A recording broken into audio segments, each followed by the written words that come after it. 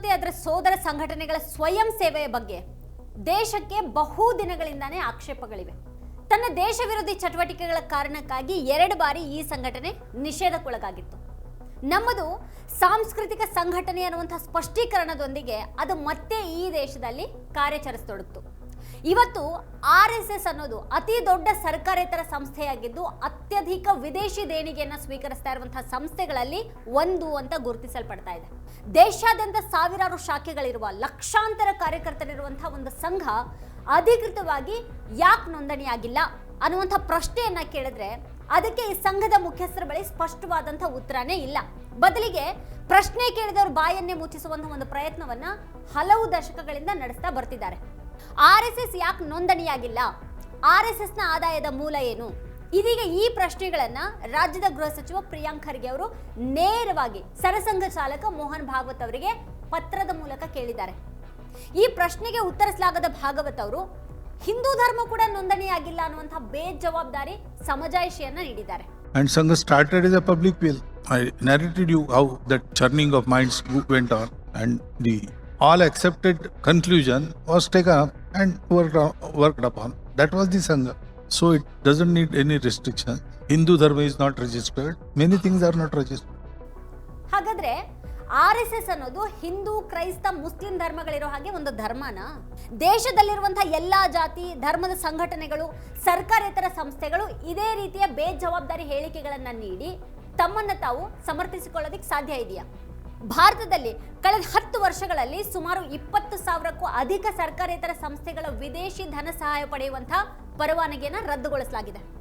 ಇವತ್ತು ಭಾರತದಲ್ಲಿ ಸಕ್ರಿಯವಾಗಿ ವಿದೇಶಿ ನಿಧಿಯನ್ನು ಪಡೆಯೋದಕ್ಕೆ ಅರ್ಹತೆಯನ್ನು ಹೊಂದಿರುವಂತಹ NGOಗಳ ಸಂಖ್ಯೆ ಸುಮಾರು 16,000ಕ್ಕೆ ಇಳಿದಿದೆ ಅಂತ ಅಂಕಿಅಂಶಗಳೇ ಹೇಳ್ತವೆ. ತಮ್ಮ ವಾರ್ಷಿಕ ಆದಾಯ ವೆಚ್ಚದ ಲೆಕ್ಕಪತ್ರಗಳನ್ನ ನಿಯಮಿತವಾಗಿ ಸಲ್ಲಿಸಿಲ್ಲ ಅನ್ನೋ ಕಾರಣಕ್ಕೆ ಸಾವಿರಾರು ಸರ್ಕಾರೇತರ ಸಂಸ್ಥೆಗಳ ಪರವಾನಗಿ ರದ್ದಾಗಿದ್ದು ಇದರಿಂದಾಗಿನೇ ಸಂಸ್ಥೆನೇ ಮುಚ್ಚುವಂತಹ ಸ್ಥಿತಿ ನಿರ್ಮಾಣ ಆಗಿದೆ.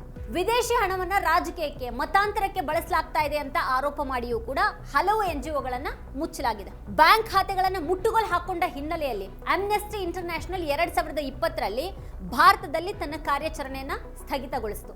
ಆಕ್ಸ್ಫಾರ್ಮ್ India, Greenpeace India, save the children ಈ ರೀತಿ ಈ ದೇಶದ ಪರಿಸರ, ಮಾನವ ಹಕ್ಕುಗಳಿಗಾಗಿ, ಬಡ ಮಕ್ಕಳಿಗಾಗಿ ದುಡಿತಾ ಇದ್ದಂತಹ ಹಲವು ಸರ್ಕಾರೇತರ ಸಂಸ್ಥೆಗಳನ್ನ ಕಾನೂನು ನಿಯಮಗಳನ್ನ ಮುಂದಿಟ್ಕೊಂಡು ಅವುಗಳ ಕಾರ್ಯಾಚರಣೆ ಮಾಡದೇ ಇರೋ ಹಾಗೆ ಸರ್ಕಾರನೇ ತಡೀತು.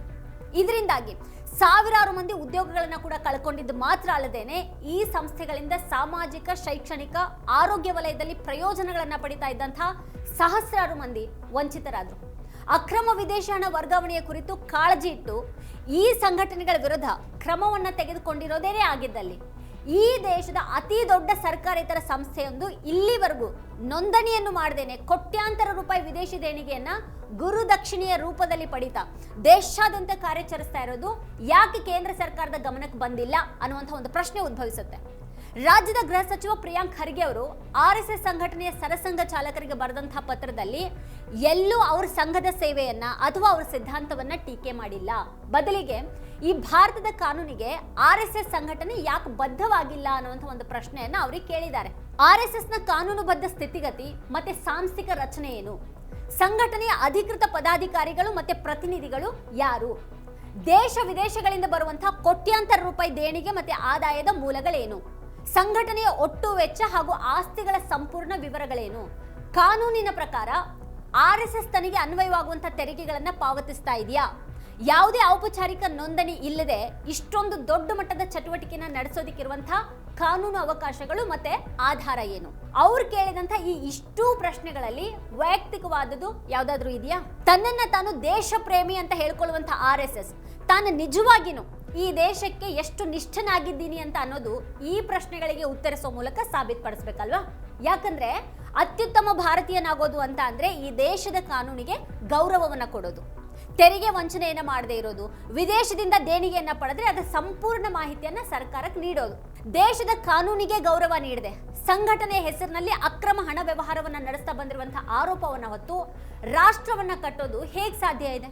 ವಿಪರ್ಯಾಸ ಏನು ಅಂತ ಅಂದ್ರೆ RSS ನೊಳಗಿರುವಂತಹ ಸಾವಿರಾರು ಕಾರ್ಯಕರ್ತರಿಗೇನೆ ಈ RSS ನೋಂದಣಿ ಆಗದೆ ಇರುವಂತಹ ಒಂದು ಸಂಘಟನೆ ಅನ್ನೋದು ಗೊತ್ತಿಲ್ಲದೇನೆ ಇರೋದು. ಹಿಂದೂ ಧರ್ಮ ಮತ್ತೆ RSS ಬೇರೆ ಬೇರೆ. ಹಿಂದೂ ಅನ್ನೋದು ಒಂದು ಧರ್ಮ ಆದ್ರೆ RSS ಅನ್ನೋದು ಕೆಲವು ಬ್ರಾಹ್ಮಣವಾದಿಗಳು ಸೇರಿ ಕಟ್ಟಿದಂಥ ಒಂದು ಸಂಘಟನೆ ಅದು. ಸರ್ಕಾರದಿಂದ ದೇಣಿಗೆಯನ್ನು ಸ್ವೀಕರಿಸುವಂತಹ ಸಂಘಟನೆಗಳಷ್ಟೇ ನೋಂದಣಿ ಮಾಡಿಕೊಳ್ಬೇಕಾಗತ್ತೆ ಅನ್ನೋದಾದ್ರೆ ಕಳೆದ 10 ವರ್ಷಗಳಲ್ಲಿ ಕೇಂದ್ರ ಸರ್ಕಾರ 100 ಸರ್ಕಾರೇತರ ಸಂಘಟನೆಗಳ ನೋಂದಣಿಯನ್ನ ರದ್ದುಗೊಳಿಸಿರೋದು ಯಾಕೆ? ಮತ್ತೆ ಕಳೆದ 100 ವರ್ಷಗಳಿಂದ RSS ಕಾರ್ಯಾಚರಣೆ ನಡೆಸ್ತಾ ಇದೆ. ಇಷ್ಟರವರೆಗೆ ಯಾರೂ ಕೂಡ ಅದನ್ನ ಪ್ರಶ್ನೆ ಮಾಡಿಲ್ಲ. ಈಗ ಯಾಕೆ ನೀವು ಪ್ರಶ್ನೆ ಮಾಡ್ತಾ ಇದ್ದೀರಿ ಅನ್ನುವಂಥ ಭಾಗವತ್ ಅವರ ಪ್ರಶ್ನೆ ಬಹಳ ಅರ್ಥಪೂರ್ಣವಾಗಿದೆ. Over 100 years, nobody told us that you must register. Our constitution, written constitution, is with the government. We have submitted it in 1950s. Therein government would have said, okay, all is well, but you have not registered. First register, then we will accept. They did not say that. So why should I respond? All this is politics.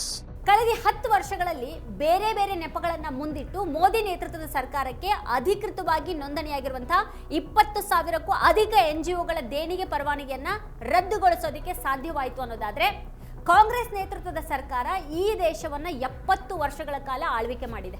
ಆ ಸಂದರ್ಭದಲ್ಲಿ ನೋಂದಣಿಯಾಗದೆ ಕಾರ್ಯಾಚರಿಸ್ತಾ ಇರುವಂತಹ RSSನ ವಿರುದ್ಧ ಕ್ರಮ ತೆಗೆದುಕೊಳ್ಳುವಂತಹ ಒಂದು ಸಾಮರ್ಥ್ಯ ಕಾಂಗ್ರೆಸ್ ನಾಯಕರಿಗಿತ್ತು. ಆದರೆ ಅವರು ಅದರ ವಿರುದ್ಧ ಯಾವುದೇ ಕ್ರಮವನ್ನು ತೆಗೆದುಕೊಳ್ಳದೆ ದೇಶಾದ್ಯಂತ ವಿಸ್ತರಿಸೋದಿಕ್ಕೆ ಕಾರ್ಯಾಚರಣೆಯನ್ನು ನಡೆಸೋದಿಕ್ಕೆ ಅವಕಾಶ ಮಾಡಿಕೊಟ್ರು. 70 ವರ್ಷಗಳಲ್ಲಿ ಕಾಂಗ್ರೆಸ್ RSSನ ವಿರುದ್ಧ ಈ ದೇಶದ ಕಾನೂನನ್ನ ಸರಿಯಾಗಿ ಬಳಸ್ಕೊಂಡಿದ್ರೆ ಇವತ್ತು RSS ಇರ್ತಾ ಇಲ್ಲ. ಅದು ಮಾತ್ರ ಅಲ್ಲದೇನೆ ಕಾಂಗ್ರೆಸ್ಗೆ ಈ ದೇಶದಲ್ಲಿ ಇವತ್ತಿನ ಈ ಸ್ಥಿತಿ ನಿರ್ಮಾಣ ಕೂಡ ಆಗ್ತಾ ಇರಲಿಲ್ಲ. RSS ಈ ದೇಶದಲ್ಲಿ ಕಾನೂನಿನ ವ್ಯಾಪ್ತಿಯಿಂದ ನುಣುಚಿಕೊಂಡು ಕಾರ್ಯಾಚರಣೆ ನಡೆಸುವಲ್ಲಿ ಕಾಂಗ್ರೆಸ್ನ ಪಾತ್ರ ಕೂಡ ಬಹಳ ದೊಡ್ಡದಿದೆ ಅನ್ನೋದನ್ನ ಈ ಸಂದರ್ಭದಲ್ಲಿ ಗೃಹ ಸಚಿವ ಪ್ರಿಯಾಂಕ್ ಖರ್ಗೆ ಅವರು ಮರಿಬಾರದು. ವೀಕ್ಷಕರೇ, ಈ ಕುರಿತು ನಿಮ್ಗೆ ಏನು ಅನ್ಸುತ್ತೆ, ಏನು ಅಭಿಪ್ರಾಯ ಇದೆ ಅದನ್ನ ವಿಡಿಯೋ ಕೆಳಗಡೆ ಕಮೆಂಟ್ ಮಾಡಿ ನಮಗೆ ತಿಳಿಸಿ. ಇದೇ ಹೊತ್ತಿನ ಸ್ಪೆಷಲ್ ನೋಡ್ತಾ ಇರಿ ವಾರ್ತಾಭಾರತಿ. ನೀವಿನ್ನೂ ವಾರ್ತಾಭಾರತಿ ಚಾನಲ್ ಅನ್ನು ಸಬ್ಸ್ಕ್ರೈಬ್ ಮಾಡಿಲ್ಲ ಅನ್ನೋದಾದ್ರೆ ಈ ಕೂಡಲೇ ಸಬ್ಸ್ಕ್ರೈಬ್ ಮಾಡಿ, ಹಾಗೆ ಪಕ್ಕದಲ್ಲೇ ಇರುವಂತಹ ಬೆಲ್ ಐಕಾನ್ ಪ್ರೆಸ್ ಮಾಡಿ ನಮ್ಮನ್ನ ಪ್ರೋತ್ಸಾಹಿಸಿ. ನಮ್ಮ ಕಾರ್ಯಕ್ರಮಗಳನ್ನ ನೀವು ನೋಡ್ತಾ ಇದ್ರೆ ನಮ್ಮ ಚಾನೆಲ್ ಅನ್ನ ಸಬ್ಸ್ಕ್ರೈಬ್ ಮಾಡಿ, ಪಕ್ಕದ ಬೆಲ್ ಐಕಾನ್ ಒತ್ತಿ ನಮ್ಮನ್ನ ಬೆಂಬಲಿಸಿ. ಹಾಗೆ ನಮ್ಮ ಕಾರ್ಯಕ್ರಮಗಳನ್ನ ಲೈಕ್ ಮಾಡಿ, ಕಮೆಂಟ್ ಮಾಡಿ, ಅದನ್ನ ಬೇರೆಯವರಿಗೂ ವಾಟ್ಸ್ಆಪ್ ಮೂಲಕ ಶೇರ್ ಮಾಡಿ.